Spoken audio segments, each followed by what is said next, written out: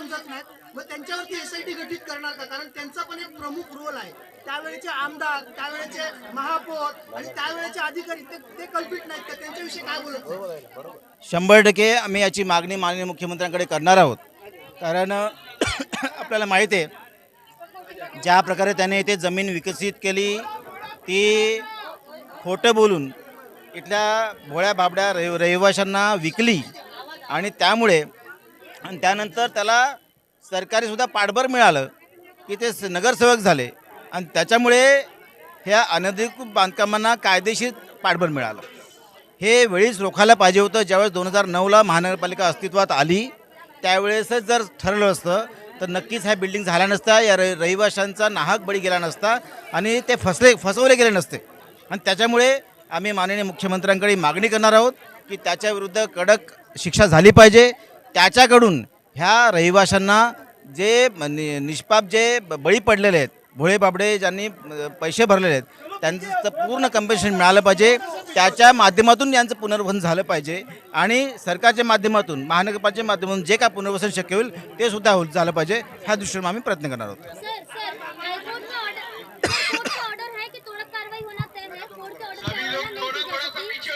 दिसंबर महीने में ही महानगरपालिका ने कोर्ट में ये कह दिया था कि हम 31 जनवरी तक ये पूरा इलाका मैदान में तब्दील कर देंगे और कोर्ट ने ये कहा है कि इनको रिहैब करके देना चाहिए. 1.5 महीने का समय बीत चुका है. रिहेबिलिटेशन का क्या हुआ? क्योंकि अभी तोड़क कार्रवाई जारी है, सब लोग घर के बाहर जा रहे हैं. तो पुनर्वसन महानगरपालिका करके देगी या यहाँ की स्थानीय सत्ताधारी पार्टी, इनका क्या होगा? ऐसा है मैडम कि इनके ऊपर कार्रवाई की जाए ऐसे सुप्रीम कोर्ट ने बोला है, लेकिन रिहैब जो है इन रिहैब के बारे में सोचना चाहिए ऐसे बोला है. तो सर कब सोचेंगे? रिहैब करने के बाद ही डिमोलिश करना ऐसे उन्होंने डायरेक्शन नहीं दिया है और इसीलिए उनके डायरेक्शन के मुताबिक ये अधिकारी जा रहे हैं. ये पुलिस महानगर पालिका के उन्होंने जो बोला इसलिए पुलिस आई है. इनकी पुलिस का कोई इसमें कोई दोष नहीं है, ठीक है. हाँ, लेकिन फिर भी क्या है कि पुनर्वसन होना चाहिए, हमारा मानना है. पुनर्वसन होना चाहिए, महानगर पालिका मानना है, राज्य सरकार मानना है, लेकिन उसके बारे में ठोस धोरण नहीं है. जो अनधिकृत बांधकाम हुए हैं अगर वो तोड़े जाते हैं तो उसके बारे में पुनर्वसन क्या ठोस जो धोरण है राज्य सरकार का नहीं है. इसीलिए हम स्पेशल डिमांड करेंगे राज्य सरकार की तरफ से कि महानगर पालिका के पास इसका उत्तर नहीं है और इसलिए माननीय मुख्यमंत्री के पास जाएंगे, उनसे आग्रह करेंगे कि इनका पुनर्वसन किया जाए. आग्रह और मांग होने तक ये सब लोग बेघर हो जाएंगे और दर-दर भटकेंगे. इसीलिए तो हम पेटिशन डाल रहे हैं. पेटिशन का हियरिंग मंडे या ट्यूसडे तक होने वाला है. हमारा मानना है, हमारा आग्रह ये रहे कि तब तक राज्य सरकार की तरफ से कुछ इंटरवेंशन हो जाए ताकि इन रहिवासियों का कुछ दिलासा मिल सके. सर यांच्या हक्कबाधित सर्टिफिकेटचं काय अजूनपर्यंत हक्कबाधित सर्टिफिकेट दिलेलं नाही? ते लवकर देण्यासाठी आम्ही अधिकाऱ्यांना सांगू, ते मिळून जाईल. आपने भी कहा कि मीडिया जो है वो गलत दिखा रहा है. तो 2009 के बाद से नगर सेवक इस एरिया का आपका भारतीय जनता पार्टी का 2011 में आमदार थे विवेक पंडित, वो भारतीय जनता पार्टी के इससे सहयोग से जीते. उसके बाद में 2014 से लगातार खासदार भारतीय जनता पार्टी ने क्या किया? मीडिया के ऊपर सिर्फ आरोप लगाने के अलावा और कुछ किया? आपको शायद मालूम नहीं रहेगा, 2015 के बाद इधर नगर सेवक भारतीय जनता पार्टी का हुआ है. ये आप पूरा नॉलेज लेके बात कीजिए. और किसने क्या किया 2007 से लेके 2015 तक या अभी तक बोलो, जब तक हमारे आमदार नहीं आए उससे पहले इधर मेयर उनका था, आमदार उनका था, इनफैक्ट एक बार खासदार भी उनका था. ये अगर ये सब चीज़ उस वक्त अगर रोकी गई रहती ना तो आज ये दिन नहीं होता है. एक मिनट विपक्ष मैं जब विपक्ष में था तभी उस वक्त ये काम हो रहा था. उस वक्त तभी मैंने रोका था कि ये गलत हो रहा है. उसके बाद जब भी इधर का नगर सेवक मेरा प्रथम कर्तव्य था, इधर रोड रास्ता स्ट्रीट लाइट दिया ना, वो हमने ही दिया, भारतीय जनता पार्टी ने. प्रॉपर्टी टैक्स भी हम लोग ने और पानी भी हम लोग ने दिया. पानी भी दिया. एक मिनट देखिए दिया. क्यों? पानी सबके लिए चाहिए. पानी ये मूलभूत सुविधा है, ये सबको देना चाहिए. इस हिसाब से हमने दिया. जभी क्योंकि देना चाहिए. पानी के बारे में कैसा नहीं दे सकते? पानी देना ही है, बराबर ना. एकदम नहीं एक देखो हम लोग तो लड़ तो रहे ना, हम तो लड़ तो रहे ना. हो ठीक आहे ओके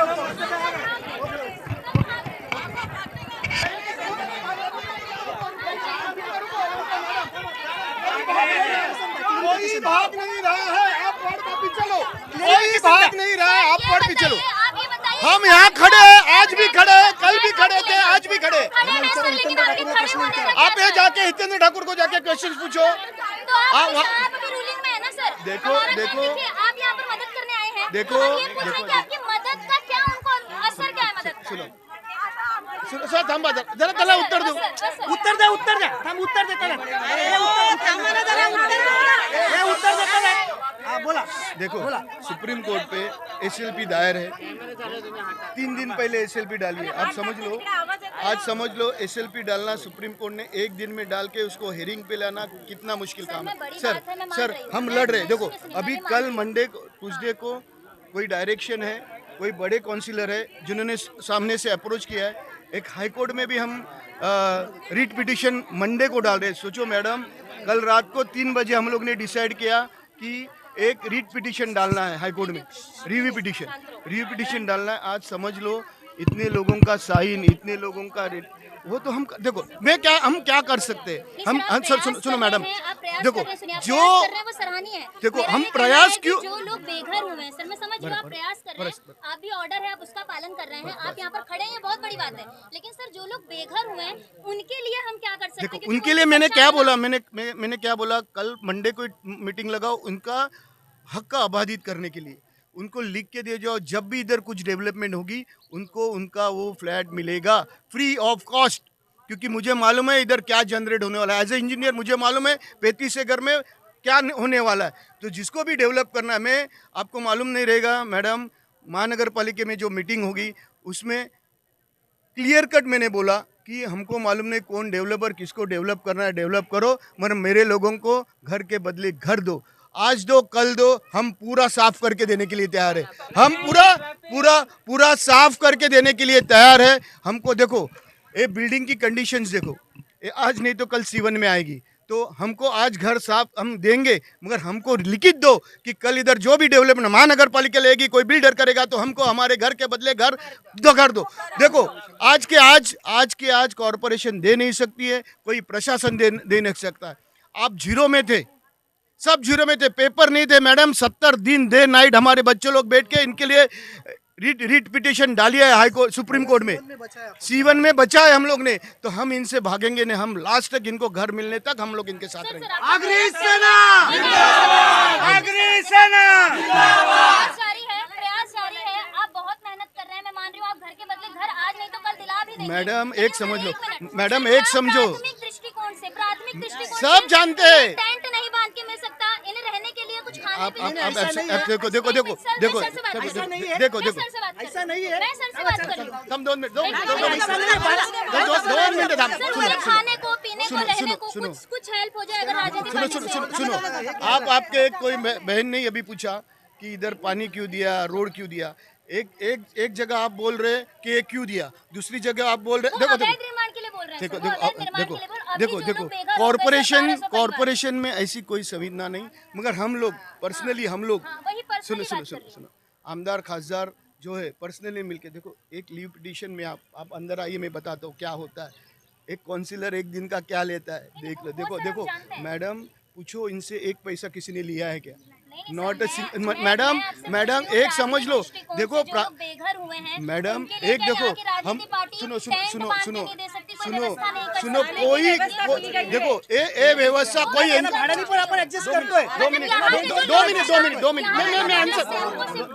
मिनट मैं आंसर दे रहा हूँ। देखो 2 मिनट देखो आप मानवता के दृष्टिकोण से, हम मानवता के दृष्टिकोण से देखो, अभी ये मेरी बहन है बराबर, आज क्या हालत है, मगर देखो जितने लोगों को हो सके उनको एकोमोडेट भी हम लोग ही कर रहे हैं। जहाँ मिले दे 9,000 बोल रहा है, 10,000 हम 5,000 रुपये में, जहाँ वहाँ एकोमोडेशन करने के लिए हमारे लोगों को हम लोग ने डायरेक्शन दिया है। जो लोग आ रहे हैं उनको आजू बाजू के एरिया में जाके घर भी भाड़े से दे रहे, मिनिमम पैसे में। एक देखो क्वांटम सुनो इधर रेट 9,000 का 18,000 रुपये, इसलिए आजू बाजू में हम कर रहे हैं। देखो एक समझ लो, क्वांटम ज़्यादा है, क्वांटम इतना है। देखो 42 बिल्डिंग 41 बिल्डिंग में क्वांटम कितना है, देखो कितने लोगों को हम सेटिस्फाई कर सकेंगे। हम हमारे जेब से, हमारे जो मेन लोगों खुद कंट्रीब्यूशन में पैसा निकाल के इनके लिए खड़े हो रहे हैं। एक समझ लो हम इतना पॉजिटिवली काम कर रहे हैं। मुझे मालूम है बहुत इनकी तकलीफ है, मगर इसमें जितना उनको सहूलियत देना है हम देने की कोशिश कर रहे हैं। अब कल मुझे जो लोगों ने, बड़ी एनजीओ है बॉम्बे से, रात को 3:30 बजे तक उनके साथ मीटिंग हुई। सोमवार की सुबह में लीव पिटीशन डालने की बात हुई है। अभी पेपर बनाने के लिए, जेरोक्स करने के लिए भी 2 लाख रुपया लगता है मैडम, जेरोक्स करने के लिए, बाकी का छोड़ो।